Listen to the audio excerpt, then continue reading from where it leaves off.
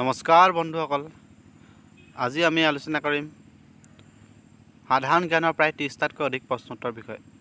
যদি আপোনালোকে মোৰ পৰা এনে ধৰণৰ ভিডিঅ' বিচাৰে তেতিয়াহ'লে মোৰ channel learn with topic subscribe কৰি দিব আৰু যদি ভিডিঅ'টো ভাল পায় লাইক, কমেণ্ট এণ্ড শ্বেয়াৰ কৰি দিব। আজিৰ ভিডিঅ'ৰ প্ৰথম প্ৰশ্নটি হৈছে ৰামচৰিত মানস গ্ৰন্থখন কোনে ৰচনা কৰিছিল? অপশ্যন দিয়া আছে চাৰিটা অপশ্যনৰ ভিতৰত শুদ্ধ উত্তৰটো হৈছে ঘ তুলসী দাস। ৰামচৰিত মানস গ্ৰন্থখন তুলসী দাসে ৰচনা কৰিছিল। 2 নম্বৰ প্ৰশ্নটো আছে অসমৰ প্ৰধান নদীখনৰ নাম কি? এইটো প্ৰায় জানেই সকলোৱে। উত্তৰটো হৈছে ক ব্ৰহ্মপুত্ৰ অসমৰ প্ৰধান নদী। 3 নম্বৰ প্ৰশ্নটো হৈছে বৰ্তমান অসমৰ গাঁৱৰ সংখ্যা কিমান? বৰ্তমান অসমৰ গাঁৱৰ সংখ্যা হ'ল 26,312খন। উত্তৰটো হ'ব গ। 4 নম্বৰ প্ৰশ্নটো হৈছে অসমৰ মুঠ মহকুমা কেইটা? উত্তৰ 4টা অপশ্যনৰ ভিতৰত শুদ্ধ উত্তৰটো হৈছে ক 80টা। অসমৰ মুঠ মহকুমা 80টা। 5 নম্বৰ প্ৰশ্নটো হৈছে পৃথিৱীৰ আৱৰ্তনৰ বেগ ক'ত আটাইতকৈ বেছি? অপশ্যন 4টাৰ ভিতৰত শুদ্ধ উত্তৰটো হৈছে গ নিৰক্ষৰ ৰেখাত পৃথিৱীৰ আৱৰ্তনৰ বেগ আটাইতকৈ বেছি। 6 নম্বৰ প্ৰশ্নটো হৈছে অসমৰ আটাইতকৈ ওখ স্থানত থকা ৰেল ষ্টেচনটো কি? উত্তৰটো হৈছে ঘ জাতিংগা অসমৰ আটাইতকৈ ওখ স্থানত থকা ৰেল ষ্টেচন। 7 নম্বৰত আছে মাজুলীৰ বৰ্তমান মুঠ মাটিকালি কিমান? মাজুলীৰ বৰ্তমান মুঠ মাটিকালি উত্তৰটো হৈছে ঘ প্ৰায় 800 বৰ্গ কিলোমিটাৰ। 8 নম্বৰটো হৈছে ভাৰতক কোনখন ৰাজ্যক শস্যৰ ভঁৰাল বুলি কোৱা হয়? অপশ্যন 4টাৰ ভিতৰত শুদ্ধ উত্তৰটো হৈছে খ পঞ্জাৱক ভাৰতৰ শস্যৰ ভঁৰাল বুলি কোৱা হয়। 9 নম্বৰটো হৈছে গংগা, যমুনা আৰু সৰস্বতীৰ সংগমস্থল ক'ত অৱস্থিত? উত্তৰটো হৈছে গংগা, যমুনা আৰু সৰস্বতীৰ সংগমস্থল এলাহাবাদত অৱস্থিত। 10 নম্বৰ প্ৰশ্নটো হৈছে পৃথিৱীৰ কোন অঞ্চলত ঋতু পৰিৱৰ্তন নহয়? অপশ্যন 4টাৰ ভিতৰত শুদ্ধ উত্তৰটো হৈছে ঘ সুমেৰু অঞ্চলত পৃথিৱীৰ কোনো ঋতু পৰিৱৰ্তন নহয়। 11 নম্বৰ প্ৰশ্নটো হৈছে কোনখন নদীক দক্ষিণ ভাৰতৰ গংগা বুলি কোৱা হয়? অপশ্যন দিয়া আছে চাৰিটা অপশ্যনৰ ভিতৰত শুদ্ধ উত্তৰটো হৈছে গোদাবৰী নদীক দক্ষিণ ভাৰতৰ গংগা বুলি কোৱা হয়। 12 নম্বৰ প্ৰশ্নটি হৈছে তলৰ কোনখন চহৰত সূৰ্যৰ ৰশ্মি লম্বভাৱে নপৰে? অপশ্যন 4টাৰ ভিতৰত শুদ্ধটো হৈছে গ শ্ৰীনগৰত সূৰ্যৰ ৰশ্মি লম্বভাৱে নপৰে। 13 নম্বৰ প্ৰশ্নটি হৈছে মাজুলীৰ কোন নদীৰ মাজত অৱস্থিত? মাজুলী ব্ৰহ্মপুত্ৰ নদীৰ মাজত অৱস্থিত। 14 নম্বৰ প্ৰশ্নটি হৈছে মানস ৰাষ্ট্ৰীয় উদ্যান কোন জিলাত অৱস্থিত? উত্তৰ হৈছে মানস ৰাষ্ট্ৰীয় উদ্যান খ বাক্সা জিলাত অৱস্থিত। 15 নম্বৰ প্ৰশ্নটি হৈছে ভাৰতৰ কোনখন ৰাজ্যৰ ওপৰেৰে কৰ্কটক্ৰান্তিৰ ৰেখাডাল গৈছে? অপশ্যন 4টাৰ ভিতৰত শুদ্ধ উত্তৰটো হৈছে বিহাৰ ৰাজ্যৰ ওপৰেৰে কৰ্কটক্ৰান্তিৰ ৰেখাডাল গৈছে। 16 নম্বৰ প্ৰশ্নটি হৈছে ভাৰতৰ কিমান অংশ বনাঞ্চলে আৱৰি আছে? অপশ্যন 4টাৰ ভিতৰত শুদ্ধ উত্তৰটো হৈছে খ 19.89% বনাঞ্চলে আৱৰি আছে। 17 নম্বৰ প্ৰশ্নটো হৈছে বিশ্বৰ কোনখন দেশে সৰ্বাধিক সংখ্যক আম উৎপাদন কৰে?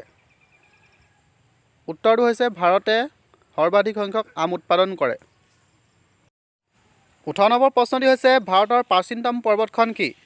উত্তৰটো হ'ব ভাৰতৰ প্ৰাচীনতম পৰ্বতখন হৈছে খ আৰাৱলী। 19 নম্বৰ প্ৰশ্নটো হৈছে ভাৰতৰ সৰ্বোচ্চ মালভূমিখনৰ নাম কি? অপশ্যন দিয়া আছে কেইবাটাৰ ভিতৰত আমাৰ শুদ্ধ উত্তৰটো হ'ব লাগিব গ আৰু খ ভিতৰত লাডাখ বা শ্বিলং। উত্তৰটো হ'ব খ লাডাখ। 20 নম্বৰ প্ৰশ্নটো হৈছে ভাৰতৰ মানচিত্ৰ কোনে অংকন কৰিছিল? ক দিয়া আছে জাপানৰ কে মাছভিলে, খ দিয়া আছে ফ্ৰান্সৰ ডি আছভিলে, গ দিয়া আছে আমেৰিকাৰ পি জনাথনে আৰু ঘ দিয়া আছে চীনৰ লি পাঙে। উত্তৰটো হ'ব খ ফ্ৰান্সৰ ডি আছভিলে ভাৰতৰ মানচিত্ৰ প্ৰথম অংকন কৰিছিল। 21 নম্বৰ প্ৰশ্নটো হৈছে পৃথিৱীৰ গভীৰতম খাদটোৰ নাম কি? উত্তৰটো হ'ব পৃথিৱীৰ গভীৰতম খাদটোৰ নাম হৈছে মেৰিয়ানা খাদ। 22 নম্বৰ প্ৰশ্নটো হৈছে বিশ্বৰ আটাইতকৈ ডাঙৰ মৰুভূমিখন কোনখন? উত্তৰটো হ'ব বিশ্বৰ আটাইতকৈ ডাঙৰ মৰুভূমি হৈছে ঘ ছাহাৰা মৰুভূমি। 23 নম্বৰ প্ৰশ্নটো হৈছে ভাৰতৰ একমাত্ৰ মৰুভূমিখনৰ নাম কি? ভাৰতৰ একমাত্ৰ মৰুভূমিখনৰ নাম হৈছে ক থৰ মৰুভূমি। 24 নম্বৰ প্ৰশ্নটো হৈছে সাগৰ নহয় কিন্তু সাগৰ বুলি কোৱা হ্ৰদটোৰ নাম কি? হ্ৰদৰ মিনিংটো অলপ ভুল হৈছে, টাইপিঙত অলপ গণ্ডগোল হ'ল। সাগৰ নহয় কিন্তু সাগৰ বুলি কোৱা হ্ৰদটোৰ নাম হৈছে ক কাস্পিয়ান। 25 নম্বৰ প্ৰশ্নটো হৈছে ভাৰতৰ একমাত্ৰ শৈল উদ্যানখনৰ নাম কি? উত্তৰটো হ'ব ভাৰতৰ একমাত্ৰ শৈল উদ্যানখনৰ নাম হৈছে খ নেক্সাডে। 26 নম্বৰ প্ৰশ্নটো হৈছে ভাৰতৰ আটাইতকৈ বৃহৎ ৰাষ্ট্ৰীয় উদ্যানখনৰ নাম কি? উত্তৰটো হ'ব ভাৰতৰ আটাইতকৈ বৃহৎ ৰাষ্ট্ৰীয় উদ্যানখনৰ নাম হৈছে গ হেমিছ। 27 নম্বৰ প্ৰশ্নটো হৈছে আধুনিক কম্পিউটাৰৰ জনক বুলি কাক কোৱা হয়? উত্তৰটো হ'ব আধুনিক কম্পিউটাৰৰ জনক বুলি গ চাৰ্লছ বেবেজক কোৱা হয়। 28 নম্বৰ প্ৰশ্নটো হৈছে কোনগৰাকী ব্যক্তিক মানৱ কম্পিউটাৰ বুলি আখ্যা দিয়া হৈছে? উত্তৰটো হ'ব খ শকুন্তলা দেৱীক মানৱ কম্পিউটাৰ বুলি আখ্যা দিয়া হৈছে। 29 নম্বৰ প্ৰশ্নটো হৈছে ভাৰতীয় সংবিধানৰ পিতৃ বুলি কাক কোৱা হয়? উত্তৰটো হৈছে ভাৰতৰ সংবিধানৰ পিতৃ বুলি বাবা চাহেব ডক্টৰ ভীমৰাও আম্বেদকাৰক কোৱা হয়। 30 নম্বৰ প্ৰশ্নটো হৈছে ভাৰতীয় সংবিধানখনৰ বৰ্তমান অনুসূচী কিমান? উত্তৰটো হৈছে ভাৰতীয় সংবিধানখনৰ বৰ্তমান অনুসূচী হৈছে 12টা। এই 12টাৰ ওপৰত মই এটা সম্পূৰ্ণৰূপে ভিডিঅ' বনাম, সেইটো আপোনালোকে চাই ল'ব, অনুসূচীকেইটা ভালকৈ বুজি পাব। 31 নম্বৰ প্ৰশ্নটো হৈছে কোনটো গ্ৰহ পূৰ্বৰ পৰা পশ্চিমলৈ ঘূৰে? উত্তৰটো হ'ব খ বৃহস্পতি গ্ৰহ পূৰ্বৰ পৰা পশ্চিমলৈ ঘূৰে। 32 নম্বৰ প্ৰশ্নটো হৈছে ভাৰতৰ কোনখন চহৰক বিজ্ঞান নগৰী বুলি কোৱা হয়? উত্তৰটো হ'ব ভাৰতৰ বাংগালোৰক বিজ্ঞান নগৰী বুলি কোৱা হয়। 33 নম্বৰ প্ৰশ্নটো হৈছে শান্তিৰ নোবেল পুৰস্কাৰ কোনখন চহৰত দিয়া হয়? উত্তৰটো হৈছে খ অছলোক শান্তিৰ নোবেল পুৰস্কাৰ দিয়া হয়। 34 নম্বৰ প্ৰশ্নটো হৈছে ভাৰতৰ ৰিজাৰ্ভ বেংক কেতিয়া স্থাপন কৰা হৈছিল? উত্তৰটো হ'ব 1935 চনত ভাৰতৰ ৰিজাৰ্ভ বেংক স্থাপন কৰা হৈছিল। 35 নম্বৰটো হৈছে চাণক্যৰ প্ৰকৃত নাম কি আছিল? উত্তৰটো হ'ব চাণক্যৰ প্ৰকৃত নাম বিষ্ণুগুপ্ত আছিল। 36 নম্বৰ প্ৰশ্নটো হৈছে মানৱ দেহত ক্ৰম'জমৰ সংখ্যা কিমান? উত্তৰটো হ'ব মানৱ দেহত ক্ৰম'জমৰ সংখ্যা 23যোৰ খ।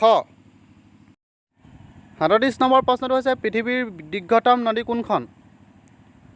উত্তৰটো হ'ব খ নীল নদী পৃথিৱীৰ দীৰ্ঘতম নদী। আজিৰ ভিডিঅ'ত ইমানেই। যদি ভিডিঅ'টো ভাল পালে তেতিয়াহ'লে মোৰ channel learn with Abhik subscribe কৰি দিব। যদি ভিডিঅ'টো ভাল পালে তেতিয়াহ'লে like, comment, share and subscribe কৰিবলৈ নাপাহৰিব। থেংকছ ফৰ ৱাচিং।